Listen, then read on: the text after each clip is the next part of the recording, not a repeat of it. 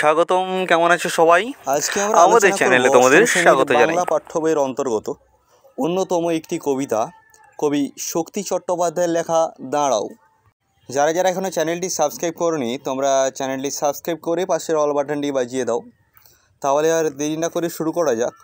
তাই আর কথা না বাড়িয়ে সরাসরি প্রবেশ করছি মূল আলোচনায়। শুরু করছি অষ্টম শ্রেণীর বাংলা পাঠ্য বইয়ের অন্তর্গত কবি চট্টোপাধ্যায়ের লেখা অন্যতম একটি কবিতা দাঁড়াও। প্রথমেই আমরা কবি সম্বন্ধে কিছু জেনে নিই। দেখে নেওয়া যাক কবি পরিচিতি।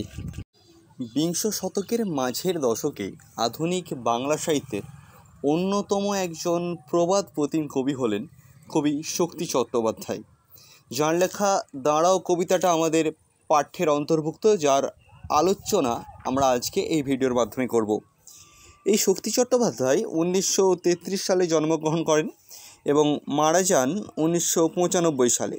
বাংলা ভাষার অন্যতম একজন প্রধান কবি। তার জন্ম দক্ষিণ চব্বিশ পরগনার বহড়ু গ্রামে। পড়াশোনা করেছেন কলকাতার প্রেসিডেন্সি কলেজে। তার প্রথম কাব্যগ্রন্থ হে প্রেম হে নৈশব্দ। এছাড়াও তার লেখা অতি জনপ্রিয় এবং অতি সুপরিচিত কাব্যগ্রন্থের মধ্যে উল্লেখযোগ্য ধর্মেও আছি জিরাপেও আছি, হেমন্তের অরণ্যে আমি পোস্টম্যান। তিনি আনন্দ পুরস্কার এবং সাহিত্য একাডেমি পুরস্কার পেয়েছেন। এবার আমরা সরাসরি ফিরব মূল পাঠ্যের আলোচনায়। আজকের আলোচ্য বিষয় কবি শক্তি চট্টোপাধ্যায়ের লেখা দাঁড়াও কবিতাটি তার শ্রেষ্ঠ কবিতা নামক সংকলন থেকে নেওয়া হয়েছে। এই কবিতাটি পড়ার সময় আমাদেরকে সবার প্রথমে দুটো শব্দ সম্বন্ধে একটু ভালো করে জানতে হবে। এক নম্বর হলো দাঁড়াও শব্দটা, আর দ্বিতীয় নম্বর হলো মানুষ শব্দটা। এখন স্বভাবতভাবেই তোমাদের মনে প্রশ্ন আসবে যে দাঁড়াও শব্দের আবার কী অতিরিক্ত অর্থ থাকতে পারে। দেখো, আমরা দাঁড়াও শব্দটাকে বিভিন্ন রকমভাবে ব্যবহার করে থাকি। যেমন ধরো, কেউ হেঁটে যাচ্ছে, তুমি পেছন দিক থেকে তার সঙ্গ দেওয়ার জন্য বলছো বা কোনো একটা কারণে যে তুমি দাঁড়াও, অর্থাৎ তাকে তার কর্মপ্রগতিশীলতায় বাধা দান করা হচ্ছে, কোনো একটা কারণের জন্য হতে পারে। আবার কোনো অসহায় দরিদ্র মানুষ বা যে কোনো দিক দিয়ে বিপর্যয় বিধ্বস্ত মানুষের পাশে এসে সহযোগিতার সঙ্গে সহযোগীমূলকভাবে তাকে সহযোগিতার হাত বাড়িয়ে দেওয়াটাই আরেক ধরনের দাঁড়ানো। এখন তোমাদের মনে হয়তো আবার ঘুরে প্রশ্ন আসতে পারে যে তাহলে এখানে কবি কোন দাঁড়ানোর কথা বলেছেন? কেউ একজন এগিয়ে যাচ্ছে তাকে বাধা দান করা, নাকি সহযোগিতামূলকভাবে সহযোগীর হাত বাড়িয়ে দেওয়া? এখানে কবি সাধারণভাবে সহযোগিতার হাত বাড়িয়ে দেওয়ার কথাই বলেছেন। এবার সেই দ্বিতীয় শব্দটা হলো মানুষ। তো তোমরা হয়তো ভাবতেই পারো যে মানুষ সম্বন্ধে আবার কী জানবো, মানুষ তো আমরা নিজেরাই, এটাই তো মানুষ। এই মানুষ শব্দটাকে দেখো, যদি ভাঙি দুটো ধরনের শব্দ পাওয়া যেতে পারে। কী? মান যুক্ত হুঁশ। যদিও ইহা সন্ধি বিচ্ছেদের সঠিক নিয়ম পালন করিয়াছে কিনা আমার জানা নেই, তবু বলা যায় অর্থনৈতিক সাপেক্ষে মান হুঁশ যার থাকে সেই মানুষ। এখানে মান মানে হলো সম্মান, হুঁশ শব্দের অর্থ হলো কি ঘোর বা সচেতনতা।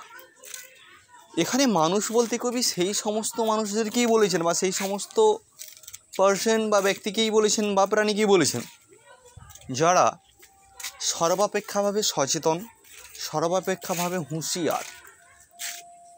বোঝা গেল? ফিরি সরাসরি কবিতায়। মানুষ বড় কাঁদছে, তুমি মানুষ হয়ে পাশে দাঁড়াও। মানুষ কাঁদছে, আবার মানুষের পাশে দাঁড়ানোটা কি? কোনো মানুষ আছে যারা বিভিন্ন রকমভাবে বিপর্যস্ত। বর্তমানে দৈনন্দিন যান্ত্রিক সভ্যতায় প্রকৃত মানবিকতার খোঁজ পাওয়া বড় দায়সারা বা দুঃখসাধ্য কাজ। কাজেই যারা ওই প্রকৃত খোঁজটা পেতে যায় তারা অরিজিনাল মানুষ হয়ে ওঠে। তো ওই বিপর্যস্ত মানুষের পাশে এই প্রকৃত মানুষকে কবি পাশে দাঁড়াতে বলছেন। মানুষই ফাঁদ পাতছে, তুমি পাখির মতো পাশে দাঁড়াও। মানুষ হয়েই মানুষের জন্য ফাঁদ পাতছে। প্রত্যেকের বর্তমান অর্থলোলুপ স্বার্থান্বেষী লোভী মানুষ তার নিজের সুপ্ত স্বার্থকে চরিতার্থ করার জন্য কারো কথা ভাবে না। নিজেদের অর্থ নিজেদের প্রতিপত্তি, নিজেদের চাহিদা সব কিছুকেই তারা বড় করে রাখে। সেই দিক দিয়ে যদিও তাদের সহযোগী অন্য কারো কোনো সমস্যা হয়, তারা সেটাকে পরোয়া করে না। ঠিক সেই জন্যই বলছে, মানুষই ফাঁদ পাচ্ছে, তুমি পাখির মতো পাশে এসে দাঁড়াও। পাখির মতো সহযোগীমূলকভাবে তুমি পাশে এসে দাঁড়াও। মানুষ বড় একলা, তুমি তাহার পাশে এসে দাঁড়াও। ওই সমস্ত মানুষ বড় একলা যারা বর্তমানের যন্ত্র সভ্যতার যান্ত্রিকতায় বিপর্যস্ত, সেই সমস্ত মানুষদের হয়ে পাশে দাঁড়াতে বলছেন। তোমাকে সেই সকাল থেকে তোমার মতো মনে পড়ছে, সন্ধে হলে মনে পড়ছে, রাতের বেলা মনে পড়ছে। মানুষ বড় একলা, তুমি তাহার পাশে এসে দাঁড়াও।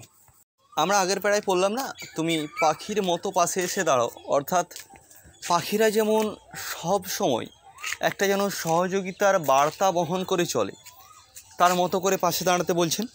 আবার এখানে কবি বলছেন, তোমাকে সেই সকাল থেকে মনে পড়ছে, তোমার মতো মনে পড়ছে। এই তুমিটাকে, এই তুমি কোনো একজন বিশেষ ব্যক্তি বা বিশেষ ব্যক্তিনি নন। এই তুমিটা হচ্ছে সামগ্রিক মানুষের প্রকৃত মূল্যবোধ, প্রকৃত চেতনা চিন্তনশীলতা, প্রকৃত মানবিকতা, প্রকৃত শুভবোধ, যাকে খুব প্রয়োজন বর্তমানে নিপীড়িত মানুষের পাশে। সেই জন্যই কবির সেই সমস্ত প্রকৃত মূল্যবোধ, মানবিকতা, সহনশীলতা সম্পূর্ণ গুণাবলীকেই কবির মনে পড়ছে। সেই জন্যই কবি বলছেন, তোমাকে সেই সকাল থেকে মনে পড়ছে, তোমার মতো মনে পড়ছে। সন্ধে হলেই মনে পড়ছে, রাতের বেলা মনে পড়ছে, সবসময় কবির তাকে মনে পড়ছে। মানুষ বড় একলা, তুমি তাহার পাশে এসে দাও। মানুষ আজ বড় একলা।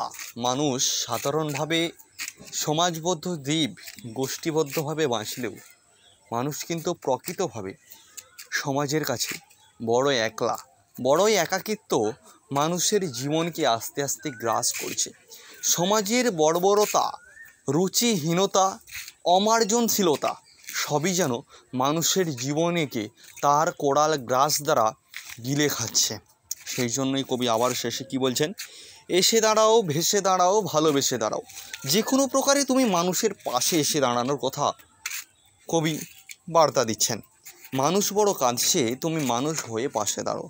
মানুষ আজ বড় কাঁদছে, তুমি মানুষ হয়ে তার পাশে এসে দাঁড়াও। মানুষ বড় একলা, তুমি তাহার পাশে এসে দাঁড়াও। মানুষ আজ প্রকৃতভাবেই বড় একলা, সেই জন্যই কবির বার্তা, তুমি তাহার পাশে এসে দাঁড়াও। এখানেই শেষ করলাম আমরা আজকে আমাদের দাঁড়াও কবিতাটি। যারা যারা কবিতাটি এখনও বুঝতে পারোনি, তারা পুরো কবিতাটা একবার স্কিপ করে দেখে নিও। ভিডিওটি ভালো লাগলে লাইক করো, কমেন্ট করে জানিয়ে দাও ভিডিওটি কেমন হয়েছে, এবং শেয়ার করে বাকি বন্ধুদের মধ্যে ছড়িয়ে দাও।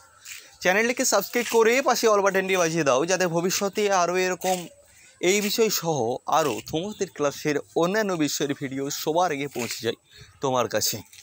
তো আর কি, চলো, হোমওয়ার্কের প্রশ্নটা এখন শো হচ্ছে স্ক্রিনে, এর উত্তরটা তোমরা কমেন্টে জানাও। আর সুস্থ থেকো, ভালো থেকো, আমাদের সঙ্গে থেকো। ধন্যবাদ।